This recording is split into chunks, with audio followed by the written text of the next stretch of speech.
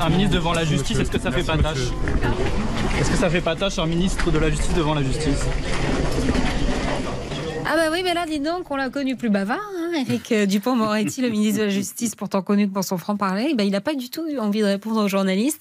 Le ministre de la Justice qui a été relaxé cette semaine, il avait été mis en examen et jugé par la Cour de justice de la République. Il était soupçonné d'avoir usé de ses nouvelles fonctions de ministre pour régler des comptes avec des magistrats contre lesquels il avait bataillé quand il était avocat.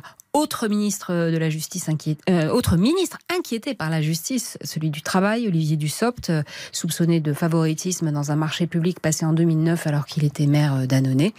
Encore un nouveau coup dur pour la République exemplaire prônée par Emmanuel Macron au moment de son élection en 2017.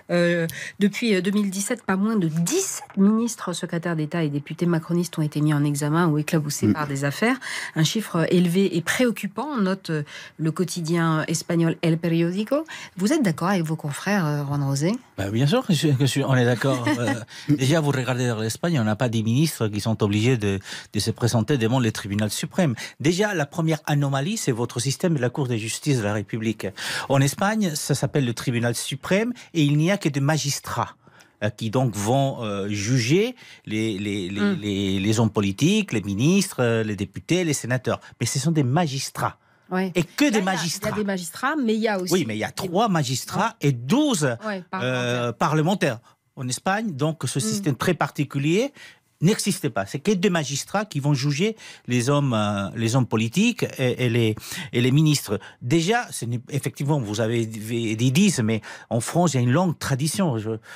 Écoutez, j'ai habité à un moment donné du côté des Levallois, j'ai connu la famille Balkany, donc vous avez ce don particulier de condamner des hommes politiques qui se représentent aux élections et qui sont élus au premier tour.